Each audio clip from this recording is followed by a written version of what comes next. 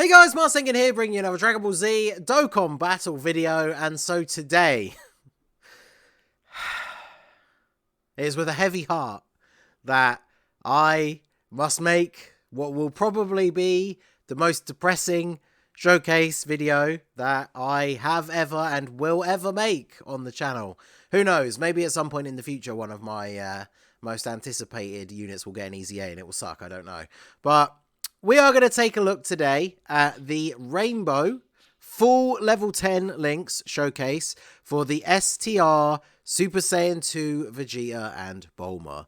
Now, I got tagged by a bunch of people in the Dokkan World private server showcase when it got uploaded because, you know, we saw this guy's details on paper.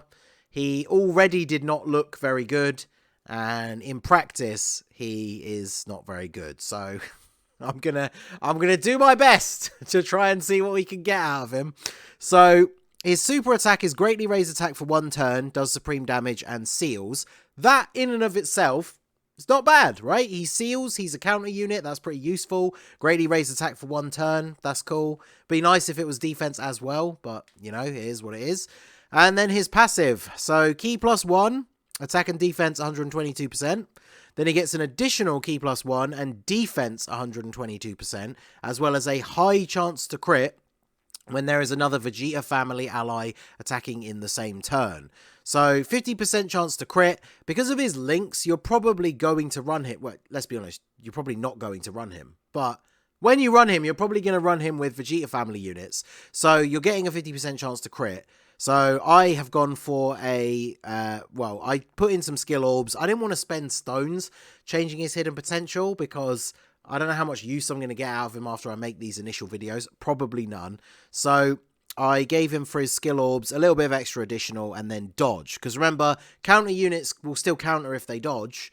And then when we get to this next part of his passive, he gets an additional 80% defense for 4 turns after receiving an attack. So he only needs to be hit once every 2 appearances. So if he gets hit on turn 1, he doesn't need to get hit at all again for the rest of the turn, or on turn 3. So the dodge is fine, right? You could give him a full dodge build and then he potentially would like still function, I was going to say fairly well, but function to the best of his abilities. There you go. Let's put it that way. So he has damage reduction from normal attacks 40% and counters with tremendous power. Remember that. He counters with tremendous power. And then you rage when conditions are met, which is HP 40% or below. So, we're running him on the Majin Vegeta family team. Now, he only has one 200% team, which is the physical Ultimate Gohan, because this unit is on superheroes, and then is on Bond of Parent and Child. Obviously, they get screwed over by the categories, because the unit is Vegeta and Bulma, which so dumb. Like, you literally, this unit is from the same moment, right? But because they chose to name the unit the way they did, like, look at all the categories that this guy is on. Now, if we were going to say that the other Vegeta starts off as Super Saiyan 2, then he would lose Super Saiyans. But that's it. All of these other ones would be the same. But because it's Vegeta and Bulma, he gets screwed over, right? So, the problem with the 200% team, and this goes back to, again, me checking out that Dokkan World Showcase, is whilst he gets a 200% leader skill on that team, he doesn't, like, none of the units that you really want to run with him are on that team. So, this Tech Vegeta is a really good example. They share 5 links. And then this Vegeta, once he gets hit, is going to be giving support to this Vegeta. He does have to get hit 3 times. I'd already done the Blue Goku Showcase in which I made some terrible mistakes in remembering this guy's passive. So he's going to get hit here and then give the support in this first turn. So, but the links are probably what's more important, right? So let's just go ahead without further ado. We have 194k defense at the start of the turn. Now, that's with the buff for him having a Vegeta family unit on rotation with him. And then remember, when he gets the first hit, he's going to get an extra 80%. When the Tech Vegeta takes his 3rd hit, he is going to give a buff as well. So, the one thing that we can say about this unit that is good is I saw some calcs that somebody posted when the EZA details went up. And he will tank normal attacks. Once you get that 80% buff, right, when he gets hit once, he will tank normal attacks from most of the difficult red zone bosses. Not even necessarily for double-digit damage, but he won't be taking like 100k, right? So let's see. We get our defense buff. Here's this tremendous power. Let's go. 1.3 million. Okay. The attack stat on the counter is 650k. And we didn't get a crit that time. But did you guys see the amazing attack stat that he put out on this turn? Now, this is a unit that is an EZA TUR. So he's level 140, SA 15, with the greatly raises attack modifier on his super attack, and that's how much he super attacks for. Like, are you actually kidding me? Like, what is this? Since I have to float off one of the support units here anyway, I'm going to take the risk of leaving you in slot 1, because the more stacks we get with you, the better. I brought a bunch of supports. I'm going to do my best, like I said, to try and get what we can out of this unit. I can fix him. No, I don't think I can. I don't think anyone can. I'm left absolutely speechless. Bro is flabbergasted, as they would say. Like, I can't understand what went into the thought process of making this unit's EZA. Like, this is a unit that came out in 2023 on both versions. So this is a unit that came out months after units like Physical Super Saiyan Bardock, who a lot of people don't like, but 3.3. Oh, man. A lot of people don't like Physical Bardock. He's a million times better than this guy. I mean, I don't know what to tell you. Like, 2.1 mil. That's with 5 links active. Now, we have no support on this team, and it is a 170 team. But, you know, when it comes to counter units, I would expect them to not be putting out... They're not going to be doing, like, 10 million attack. Well, some of the best ones might do eventually. It's fine if they're not doing, like, a 10 million attack, right? Because the whole point of a counter unit is they get free attacks. So, you know, if this Rage Vegeta, if he counters the 4 attacks for this turn, and they're all crits, then we're doing a couple of million extra damage for free, because he's tanking the normal attacks for double-digit damage. So it's not like we're going to die in that scenario. But just, I just can't. I just can't. There's so much that just I do not understand about the thought process behind this EZA and many other of the ones in this batch. I just really don't get how anyone thought this was acceptable. Like, we've made jokes in the past when units get awakenings and stuff, where it's like, did somebody not, like, playtest this unit? And this is the prime example of that. Like, what kind of quality assurance or quality testing or whatever do they actually have at Akatsuki, if any? Because I refuse to believe that a human person, and not like an AI that's gone rogue and is trying to bring about the downfall of mankind, a human person with a working brain sat down and looked at this Rage Vegeta EZA and went, yeah, that's okay, that's fine. We'll put it out like that. It's all good.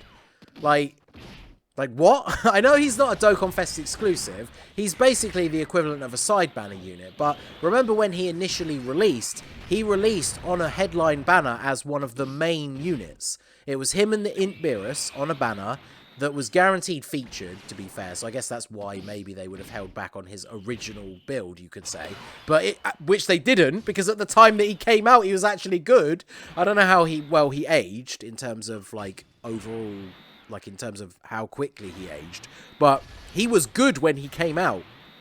So he was released on, like, a quote-unquote, you wouldn't say a premium banner, maybe, because it's guaranteed featured. It might have even had discounts, I can't remember. I think the first multi, actually, now that I remember, the first multi, you were guaranteed to get either Vegeta or Beerus. And then after that, it was a guaranteed featured SSR per multi. And I hadn't had my channel for very long. I hadn't really been whaling for very long at that point. And I think it took me 650 stones or something to rainbow him, which on a guaranteed featured banner, that's not terrible. It's not amazing, but it's not terrible. And so, yeah, I was really happy when I got my... Rainbow Rage Vegeta, and at the time he was really, really good. But yeah, this EZA, man, this EZA just ain't it. Like, I don't understand. I feel like I could just say that over and over. This video could just be, like, however long it's going to be, minutes of me sat looking at his attack stats and everything and just going, I don't understand why they did this. Now, I didn't want this video to be like super overly negative or anything. That's why I'm trying to kind of like have a laugh with it. But I am honestly very disappointed. Like in the same celebration, we just got this tech side banner Vegeta, who is really good. And so I'm glad, as somebody, I've said this on a million videos, if you guys have been watching my videos, maybe even if you're new to the channel, you've been watching my videos during the Saiyan Day celebration, I've said in those videos as well, let alone in the past, that That's My Bulma moment in Battle of Gods is one of my favourite Dragon Ball moments of all time. Because I'm a huge Vegeta fan. I can't get the angle up, but I literally have a Vegeta tattoo on my arm. Like, that is a great character moment for Vegeta. Like, I love that moment in the movie. And this was the first unit we got in the game that was a representation of that unit, that moment. And in the same celebration, we got, like, this guy, who is the perfect representation of that moment, with the active skill and everything. And, like, all I wanted, honestly, I'm not going to lie, I wanted him to be great, right? If he was somehow had come out and was the best EZA TUR, like, I would be laughing myself to sleep. I'd be so happy. But even if I just wanted him to be good, and he's not even good. Like, why? Why did they do this? I just wanted him to be like, you know, red zone run. Well, I mean, I guess I said I wanted to be red zone runnable. You can get away with running him in some of the red zone stages. I'm going to try him out against Metal Cooler Core, because he's going to have type advantage. I'm going to try him out against Broly, and let's be honest, he's probably going to get clapped, because I don't know how much damage he's going to take from normals, but if he gets hit with a super by AGL Broly, or the AoE, then we're just dead. But, like, even if a unit can just about squeak out being run in the red zone, that doesn't mean you're going to actually want to run them in the red zone, right? Like, I wanted this Rage Vegeta to be a unit that I would actually use on my teams. I made a video the other day showing off this Tech Vegeta on this Majin Vegeta team, because he gets the 200% lead from him, and the Vegeta family team really does need some good buffs. So I made that video, and, you know, I was thinking, even when I made that video, I was like, oh, you know, if the Rage Vegeta actually does get a really good EZA, that's another unit that we could run on the Vegeta family team that would actually be good. And, yeah, this is what we got. So, yeah, I don't know. I feel like I say, I could just go off the rails for the whole video complaining about why he's bad. I think you guys can see that he's bad. It's just, if nothing else other than disappointment, my main feeling is confusion. I really thought they would just kill her even if I didn't hit all the nodes, but okay. My main feeling is just confusion. Like I said, I do not understand how in 2023 this EZA was allowed to be released. Like, this probably sounds way too over the top, but someone should lose their job for this. Like, whoever's job it is to make sure that units are well designed, if that even is a thing, because do they even get somebody to check these things? But we'll caveat it with an if it was somebody's job to check this Vegeta before the EZA was released into the game, to make sure that it was, like, you know, workable, or maybe they only test to see that the unit isn't broken or something, like glitched or whatever. If somebody had the job or the task of making sure that this EZA was all good to go before it got shipped out into the game, that person should lose their job. Now, that probably is still a bit too over the top for, you know, PNGs in a mobile game. But even so, man. Oh, good. 621k in slot 1. Nice. Now, our defense buff had worn out, so we didn't have the extra 80% defense. But even so, this is the Shadow Dragon's EZA, right? This is not that difficult.